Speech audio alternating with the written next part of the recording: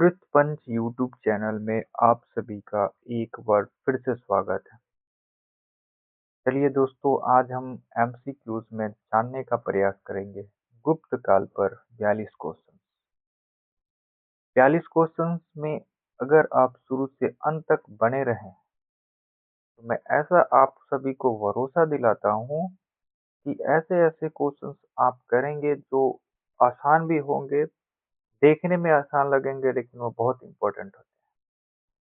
चलिए दोस्तों, गुप्त काल का एमसीक्यूज एक एक करके स्टार्ट करते हैं। फर्स्ट क्वेश्चन आप लोग के स्लाइड पे है। गुप्त वंश का संस्थापक कौन था? ऑप्शन ए है समुद्रगुप्त, ऑप्शन बी है चंद्रगुप्त प्रथम, ऑप्शन सी है श्रीगुप्त और ऑप्शन डी है कुमारगुप्त।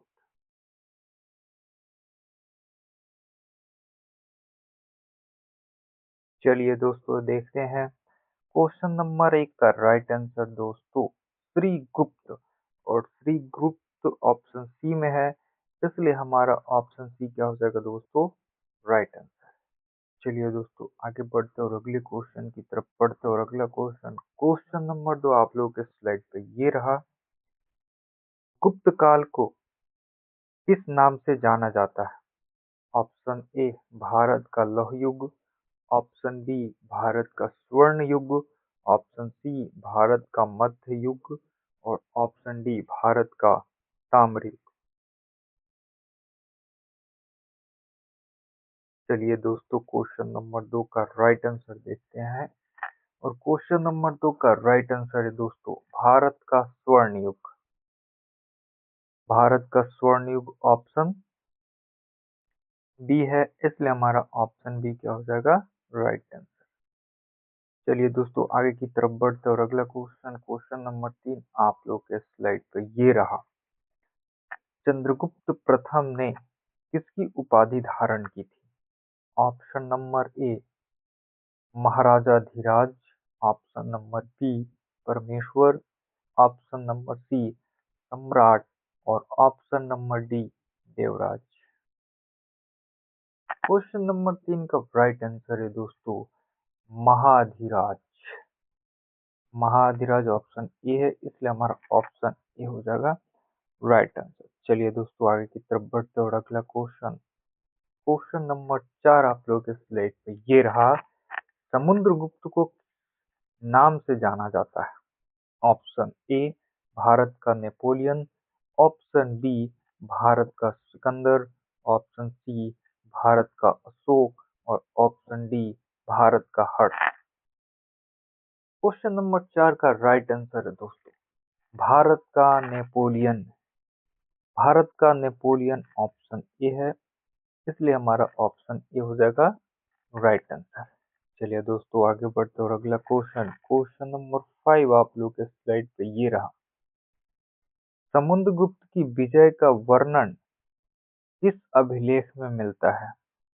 ऑप्शन ए मेहरौली स्तंभ लेख, ऑप्शन बी प्रयाग प्रशस्ति, ऑप्शन सी जूनागढ़ लेख और ऑप्शन डी गिरनार लेख। क्वेश्चन नंबर 5 का राइट आंसर है दोस्तों प्रयाग प्रशस्ति। प्रयाग प्रशस्ति ऑप्शन बी है, इसलिए हमारा ऑप्शन बी हो जाएगा राइट आंसर। चलिए दोस्तों, आगे बढ़ते और अगला क्वेश्चन क्वेश्चन नंबर 6 के रूप में आप लोगों के स्लाइड पे ये रहा। प्रयाग प्रशस्ति की रचना किसने की? Option A Kalidas, option B Harisen, option C Vishnu Sharma और option D Aryabhata. Question number 6 का राइट आंसर है दोस्तों हरिसेन, और हरिसेन ऑप्शन बी है, इसलिए हमारा ऑप्शन बी हो जाएगा राइट आंसर। चलिए दोस्तों, आगे की ओर बढ़ते और अगला क्वेश्चन देखते हैं। क्वेश्चन नंबर 7 आप लोगों के स्लाइड पे ये रहा। चंद्रगुप्त किस काल में निपुण था? ऑप्शन ए नृत्य, ऑप्शन बी चित्रकला, ऑप्शन सी संगीत और ऑप्शन डी मूर्ति कला। चंद्रगुप्त किस कला में निपुण था। क्वेश्चन नंबर 7 का राइट आंसर है दोस्तों संगीत, और संगीत हमारा ऑप्शन सी है, इसलिए ऑप्शन सी क्या हो जाएगा राइट आंसर। चलिए दोस्तों आगे बढ़ते हैं और अगला क्वेश्चन, क्वेश्चन नंबर 8 के रूप में आपके स्लाइड पे ये रहा, समुद्रगुप्त ने स्वर्ण सिक्कों पर उसे किस रूप में दर्शाया गया था? समुद्रगुप्त के सिक सॉरी समुद्रगुप्त के स्वर्ण सिक्कों पर उसे किस रूप में दर्शाया गया था? ऑप्शन ए धनुर्धर, ऑप्शन बी वीणावादक, और ऑप्शन सी अश्वरोही, या ऑप्शन डी तपस्वी। क्वेश्चन नंबर 8 का राइट आंसर है दोस्तों वीणा वादक, और वीणा वादक ऑप्शन बी है, इसलिए हमारा ऑप्शन बी हो जाएगा राइट आंसर। चलिए दोस्तों आगे बढ़ते हैं और अगला क्वेश्चन, क्वेश्चन नंबर 9 के रूप में आपके स्लाइड पे ये रहा, गुप्त काल का सबसे महान शासक कौन माना जाता है? ऑप्शन नंबर ए चंद्रगुप्त प्रथम, ऑप्शन नंबर बी समुद्रगुप्त, और ऑप्शन नंबर सी चंद्रगुप्त द्वितीय, और option number D Kumaragupta. Question number 9 का राइट आंसर है चंद्रगुप्त द्वितीय, और चंद्रगुप्त द्वितीय ऑप्शन सी है, इसलिए हमारा ऑप्शन सी हो जाएगा राइट आंसर। चलिए दोस्तों आगे बढ़ते और अगला क्वेश्चन, क्वेश्चन नंबर 10 के रूप में आपके स्लाइड पे ये रहा, चंद्रगुप्त द्वितीय की उपाधि क्या थी? Option A Vikramaditya, option B Mahendraditya, और ऑप्शन सी वालादित्य, और option D Aditya Sen. Question number 10 का राइट आंसर है दोस्तों विक्रमादित्य, और विक्रमादित्य ऑप्शन ए है, इसलिए ऑप्शन बी हो जाएगा राइट आंसर। चलिए दोस्तों आगे बढ़ते और अगले क्वेश्चन की तरफ बढ़ते हैं। क्वेश्चन नंबर 11 आपके स्लाइड पे ये रहा, चंद्रगुप्त द्वितीय ने किस शक शासक को पराजित किया? Option A Rudrasen, option B Rudradaman, option C Rudra Singh, और ऑप्शन डी रुद्रसेन द्वितीय। चलिए क्वेश्चन नंबर 11 का राइट आंसर है दोस्तों रुद्र सिंह, और रुद्र सी ऑप्शन सी है, इसलिए ऑप्शन सी क्या हो जाएगा राइट आंसर। चलिए दोस्तों आगे बढ़ते हैं और अगला क्वेश्चन, क्वेश्चन नंबर 12 के रूप में, चीनी यात्री फाहियान भारत किस शासक के समय आया? Option A Samudragupta, option B Kumaragupta, option C Skandagupta, और ऑप्शन डी चंद्रगुप्त द्वितीय। क्वेश्चन नंबर 12 का राइट आंसर है दोस्तों चंद्रगुप्त द्वितीय, और चंद्रगुप्त द्वितीय ऑप्शन डी है, इसलिए हमारा ऑप्शन डी हो जाएगा राइट आंसर। चलिए दोस्तों आगे बढ़ते और अगला क्वेश्चन, क्वेश्चन नंबर 13 आपके स्लाइड पे ये रहा, फाहियान ने भारत के किस पहलू की प्रशंसा की? ऑप्शन ए कठोर कानून, ऑप्शन बी दास प्रथा, ऑप्शन सी न्याय व्यवस्था, और ऑप्शन डी युद्ध नीति। क्वेश्चन नंबर 13 का राइट आंसर है न्याय व्यवस्था, और न्याय व्यवस्था ऑप्शन सी है, इसलिए हमारा ऑप्शन सी हो जाएगा दोस्तों राइट आंसर। चलिए दोस्तों आगे बढ़ते क्वेश्चन नंबर 14 की तरफ, नालंदा विश्वविद्यालय की स्थापना किसने की? Option A Samudragupta, option B Kumaragupta प्रथम, और ऑप्शन सी स्कंदगुप्त, और ऑप्शन डी चंद्रगुप्त द्वितीय। क्वेश्चन नंबर 14 का राइट आंसर है दोस्तों कुमारगुप्त प्रथम, कुमारगुप्त प्रथम ऑप्शन बी राइट आंसर। चलिए आगे बढ़ते हैं अगला क्वेश्चन, क्वेश्चन नंबर 15, गुप्त काल में प्रयुक्त प्रशासनिक भाषा क्या थी? Option A Pali, option B Prakrit, option C Sanskrit, option D Apabhramsha. Question number 15 यानी 15 का राइट आंसर है दोस्तों संस्कृत। संस्कृत ऑप्शन बी है, इसलिए ऑप्शन बी हो जाएगा राइट आंसर। चलिए दोस्तों आगे बढ़ते और अगला क्वेश्चन नंबर 16 के रूप में, आर्यभट्ट किस काल के विद्वान थे? ऑप्शन ए मौर्य काल, ऑप्शन बी कुषाण काल, ऑप्शन सी गुप्त काल और ऑप्शन डी हर्ष काल। क्वेश्चन नंबर 16 का राइट आंसर है दोस्तों गुप्त काल, और गुप्त काल ऑप्शन सी है, इसलिए हमारा ऑप्शन सी हो जाएगा राइट आंसर। चलिए दोस्तों आगे बढ़ते और अगला क्वेश्चन नंबर 17 के रूप में, आर्यभट्ट की प्रसिद्ध कृति कौन सी है? Option A Brahmasphuta Siddhanta, option B Aryabhatiya, option C Surya Siddhanta और option D Lilavati. Question number question number question number 17 का राइट आंसर है दोस्तों आर्यभट्टियम, और आर्यभट्टियम ऑप्शन बी है, इसलिए हमारा ऑप्शन बी क्या हो जाएगा दोस्तों राइट आंसर। चलिए दोस्तों आगे बढ़ते और अगला क्वेश्चन नंबर 18 आपके स्लाइड पे ये रहा, शून्य की अवधारणा का विकास किस काल में हुआ? ऑप्शन ए वैदिक काल, ऑप्शन बी मौर्य काल, ऑप्शन सी गुप्त काल, ऑप्शन डी मुगल काल।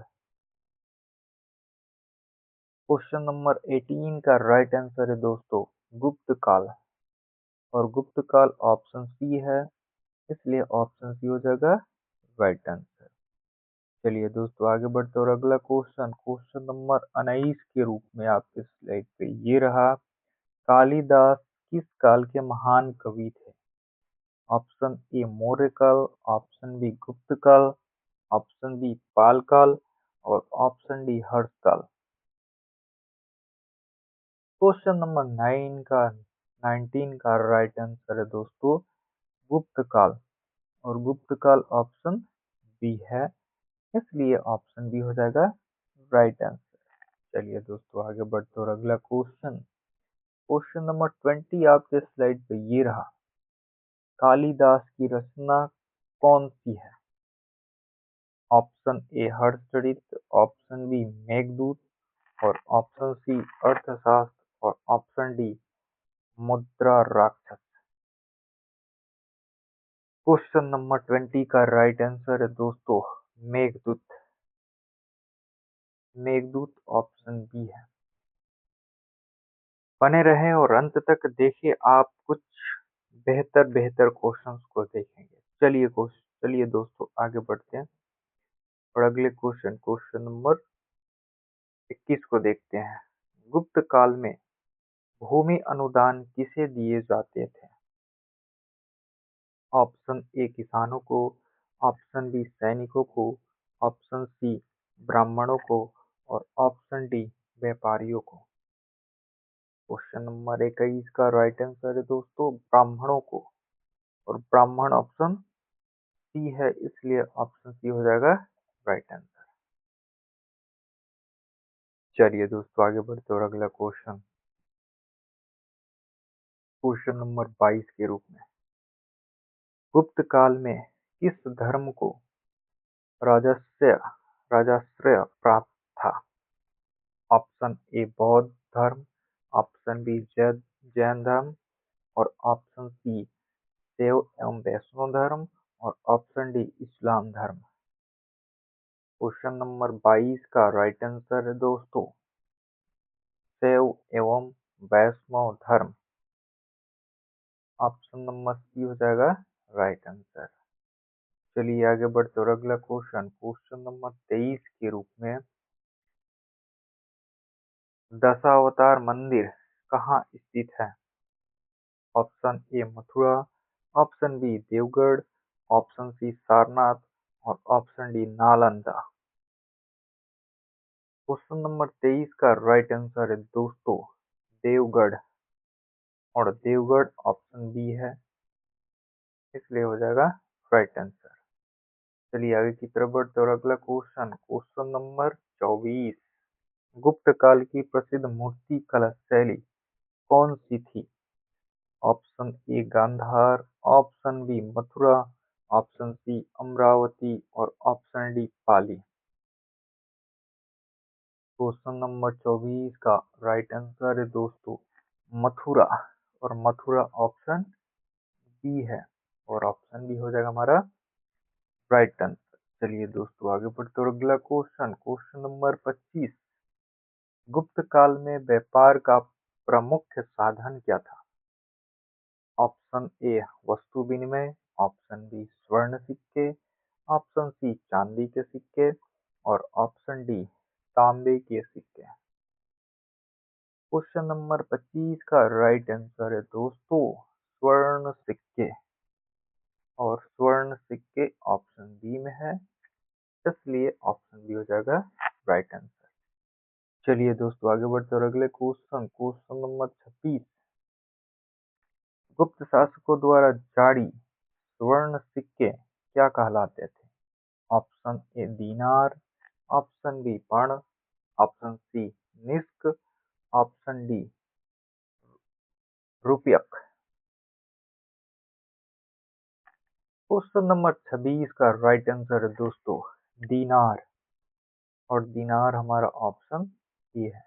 चलिए आगे बढ़ते और अगला क्वेश्चन, क्वेश्चन नंबर 27, स्कंदगुप्त ने किस आक्रमणकारी से संघर्ष किया? Option A Shaka, option B Huna, option C Parthian, option D यूनानी। क्वेश्चन नंबर 27 का राइट आंसर है दोस्तों हुण, हुण ऑप्शन बी है। चलिए दोस्तों आगे बढ़ते और अगला क्वेश्चन, क्वेश्चन नंबर 28 के रूप में हुनों का प्रमुख नेता कौन था? Option A Toramana, option B Mihirakula, option C दोनों ए और बी, और option D Rudrasena.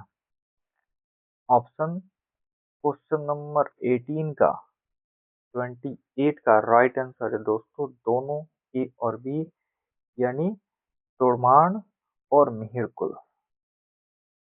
Option C हमारा क्या हो जाएगा राइट आंसर। चलिए दोस्तों आगे बढ़ते और अगला क्वेश्चन, क्वेश्चन नंबर 29 आपके स्लाइड पे ये रहा, गुप्त काल में न्याय का सर्वोच्च अधिकारी कौन होता था? Question number A gram pradhan, option number B सेनापति, ऑप्शन सी राजा और ऑप्शन डी अमात्य। क्वेश्चन नंबर 29 का राइट आंसर है दोस्तों राजा, और राजा ऑप्शन सी है। चलिए आगे बढ़ते और अगला क्वेश्चन, क्वेश्चन नंबर 30। उम्मीद करते हैं आपको ये वीडियो अच्छा लग रहा होगा और आप अंत तक बने रहेंगे, ऐसा ये उम्मीद किया जाता है। चलिए दोस्तों आगे बढ़ते हैं। गुप्त काल में ग्राम प्रशासन का प्रमुख कौन होता था? ऑप्शन ए ग्रामीण, ऑप्शन बी महतर, ऑप्शन सी ग्रामपति और ऑप्शन डी विषयपति। क्वेश्चन नंबर 30 का राइट आंसर है दोस्तों ग्रामपति, और ग्रामपति ऑप्शन सी। चलिए आगे बढ़ते हैं और अगला क्वेश्चन, क्वेश्चन नंबर 31, गुप्त काल में सेना का प्रमुख कौन कहलाता था? ऑप्शन ए दंडनायक, ऑप्शन बी महासेनापति, ऑप्शन सी महाबलाधिकृत और ऑप्शन डी भट्टरक। क्वेश्चन नंबर 31 का राइट आंसर है दोस्तों महासेनापति, और महासेनापति ऑप्शन बी है हमारा। चलिए आगे बढ़ते हैं और अगला क्वेश्चन की तरफ बढ़ते हैं, और क्वेश्चन नंबर 32 के रूप में आप लोग के स्लाइड पर ये रहा, गुप्त काल में प्रचलित विवाह का प्रकार कौन सा था? ऑप्शन ए ब्राह्मण विवाह, ऑप्शन बी गंधर्व विवाह, ऑप्शन डी राक्षस विवाह और ऑप्शन डी सभी।